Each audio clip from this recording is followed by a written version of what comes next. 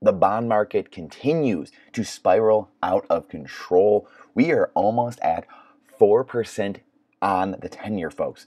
4%.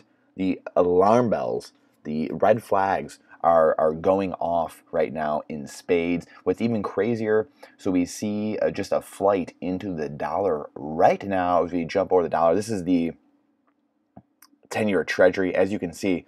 So the last few months, we've had global positive liquidity going into the markets, and now look at this change here. We've broken this top. This the most in 3 months. The highest it's been in 3 months now, and this is something we have to be just careful of, right? We have to be very careful with our investing, with our moves, and what we're doing, and things are getting torched right now, quite honestly. So we can see the DXY is at 105. 105. We've been talking about this for a while as well, breaking out. Looks like over some resistance, and again, we're not going to do a ton of TA here, but 105. So starting to squeeze things. The variable rate starting to squeeze people, that have dollar-denominated debts, variable rate debts. And this is what the variable rate is across the world. People having to find more dollars to pay off their dollar-denominated debts. That's why you see this scramble into dollars, people selling off assets. As you can see here, we have crypto getting bumped, Bitcoin down, 2-3% here in the last day. We're seeing the stock market get bumped, get hit hard here too, and we've seen gold and silver. So we're seeing these, equities. We're seeing Bitcoin. We're seeing commodities, gold and silver, get torched here. Silver's down to in the 20s. I don't even remember the last time we saw the 20s. A few 3-4 months ago. So again, everyone's getting torched right now and jumping into, overall, again, people are like, well, this thing, in general, that we're talking leaders of asset classes, things like that. Those are what we want to use as barometers as to what's happening, and they're jumping into the dollar. So we can see that the big thing that's up is the dollar, the DXY. So the relative strength of the dollar. And again, at the end of the day, we know we have to hedge the central banks, the madness, what's going on. They're trying to squeeze and destroy everything and everyone. That's it. There's no argument about that. Because we know if they wanted to do the right things, they would have done the exact opposite of what they've done over the last 100 years, call it, just to be generous. So we know they're constantly doing the wrong thing, and they're creating bubbles. And again, at the end of the day, they're incentivized to do that, right? They're owners, they're shareholders. It's not federal. It's not, we don't own it. It's private people and really the global banking cabal that owns the Fed. And they want to enrich themselves. They want power and they want control. This whole thing, I've been on this kick lately of rights come from above. They come from God. They don't come from government. And the money comes from people. It comes from value creation and producing goods and services for each other. Money does not come from government. Money does not come from the Federal Reserve. It doesn't come from typing digits into a computer. It doesn't come from the printing press and smacking bills out. That's not where money comes from.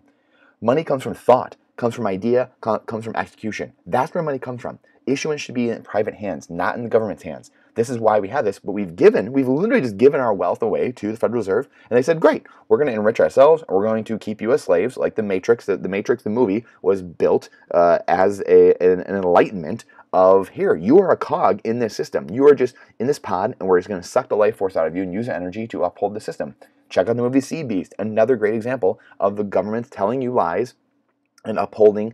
And it's a great movie for your kids, everything about the 1700s, set in the 1700s, and the government's perpetuating lies to uphold their empire. This story can just continually plays out over and over again until people really understand. They get on Nostr, decentralized, truly, for the first time in human history, free media, free press, and then free money, Bitcoin. Until you start getting in this world where you have immutable, decentralized, censorship-resistant money and press, and ability to communicate, it's going to be very hard to see because you're controlled by your Twitter feed and the ads and what they want you to see, and Walter Cronkite on NBC News and Fox News and them telling you what to look at and how long to look at it. We're going to talk about Ukraine for the 17,000th time today. We're going to talk about this shooting, this one thing that happened today, and then the next day, when in reality, 99.9% of life isn't that. None of that is going on. So let's pull ourselves back, let's zoom out and realize how amazing we have it and the opportunity. From great chaos comes great order and great opportunity. And we have that in front of us. We have unbelievable things right in front of us. So as things cripple,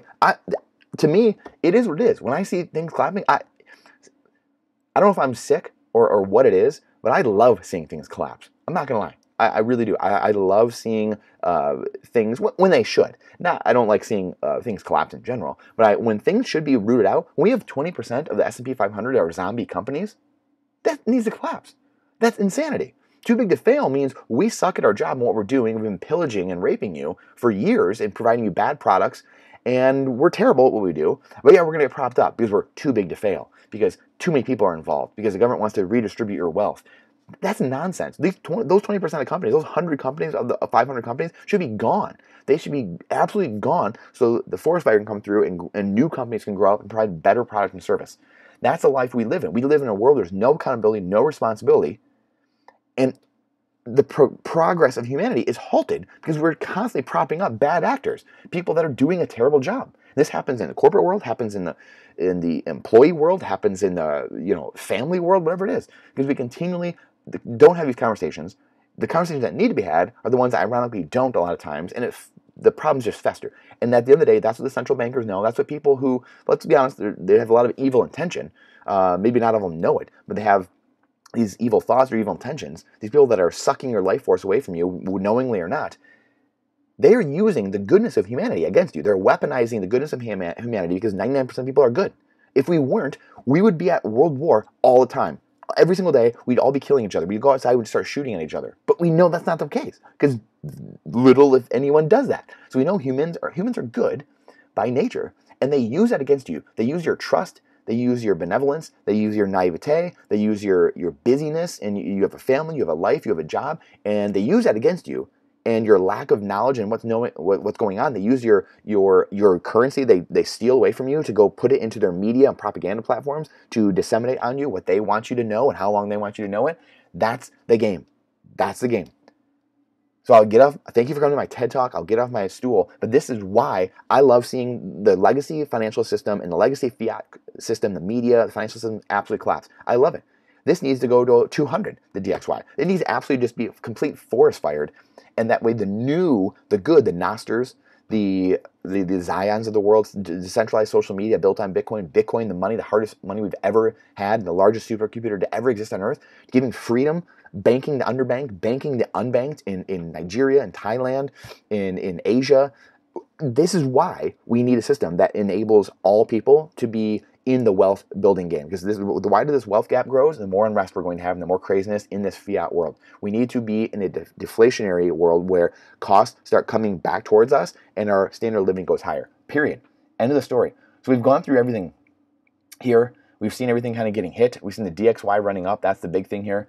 Let's check in on the debt, because we know the debt is, here it is. What do you know, guys? And this is based off of what someone Tone Vase made a great observation. This is based off of, probably a couple %, and this hasn't even rolled over yet into the higher interest rate payments. So this is really, much more. We're probably looking at $500,000 per taxpayer, not $250,000 per taxpayer. So think about that. Think about where we are as a society in this fiat inflationary system, that this is deemed okay. Good luck. You can opt out of the system. Gold, silver, Bitcoin, get it, save in Bitcoin. Save in a finite asset for your finite time. It's the only finite asset we have besides our time. And Bitcoin, gold, silver, food, energy, water, ammo, firearms, security, land, and community. What we're building here. It's the number one thing to get through what we're about to embark on. Here's a dollar getting crushed by Bitcoin. I don't know how many times we're going to show this every single day until people start understanding the game that's being played on them. Here's a dollar if you've been holding it. If you've been saving $1 and you're wondering why you can't retire, you're wondering why you have too much month at the end of your money, it's because of this. They print more dollars, meaning your dollar gets worthless. It's worth less. It's worthless. So you have to find more and more dollars to buy the same carton of eggs or the same house or the same car. And here we are again. If you save in a finite asset, this happens to be Bitcoin, if you save in a perfectly finite asset, and it accrues purchasing power over time because it becomes more rare and more valuable over time, now your life gets cheaper and cheaper and cheaper. This is what happens. You can buy whole farms now if you've been saving in Bitcoin the last 14 years. And lastly, let's check the mempool. Let's see if Bitcoin's running. So we have a Bitcoin talk. Let's see if it's running. And you can go check Nostr and Zion to see if those decentralized social medias are working. There's not ads going on. People are getting paid to post content, actually zapping sats back and forth to each other, instead of the advertisers getting paid. So we're not going to get into that. We'll talk about it at a different date. But yes, Bitcoin is running. Wonderful. The sun is up. Bitcoin is running, as Nolan Bowerly says. All that's left to do is talk about what's new, and let's have an amazing day. Let's have an amazing day. Have an amazing weekend. I appreciate your time, your energy, your attention. It's the most important asset we said, like earlier. It's the most important asset. We know, again, what's happening with, people are all worried because the Fed's going to keep raising rates. They have to. The free market is going to figure it out. Free market is going to reprice everything. Eventually, people will get off the legacy sinking Titanic, get onto Bitcoin, the life raft. That'll happen over the next 10 years. And now the people who are in the beginning, they might have a little more volatility in terms of dollar price, but they're going to stand to benefit the most. So I appreciate your time and energy. Finite trade, finite time for a finite asset. Bitcoin's the only thing I know. So Bitcoin is time and time is Bitcoin. I appreciate you coming to my TED Talk. This is not financial advice. This is freedom advice. Please go check out the other videos we just did, how to find out where stocks are overvalued or undervalued. So I just posted those and what that truly looks like and how to see that. And then everything priced in Bitcoin, how to price things in Bitcoin and see if the true measuring stick. So I just posted those today. Go check those out. What's actually happening and how to use the Bitcoin as the control experiment. As we know in 7th grade science class, we don't want any variables. We do not want variables. We want one control experiment to test our variables off of one at a time. That's what Bitcoin gives us. It's truly a finite, there's no moving goalposts. We can actually see what is happening. So go check those 2 videos out that we posted today, and I look forward to seeing you on the next one. Have a wonderful weekend.